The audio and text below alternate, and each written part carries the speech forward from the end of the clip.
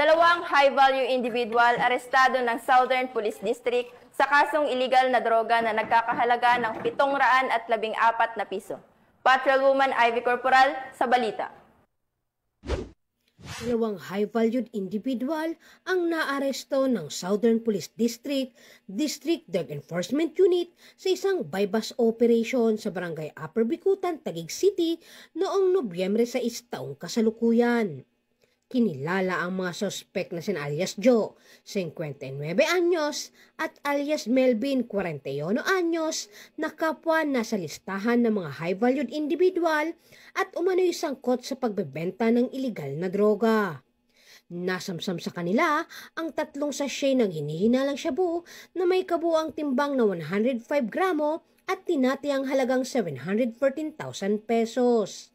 Base sa standard drug price, nakuha rin ang bypass money, brown envelope at isang cellphone.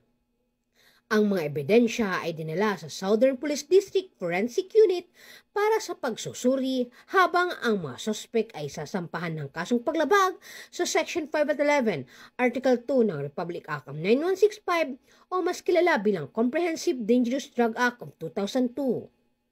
Mula dito sa Camp Bagong Diwa, Bicutan, Taguig City, ako po ang inyong PNN correspondent, Patrolwoman Ivy Corporal, alagad ng batas, tagataguyod ng Balitang Pulis.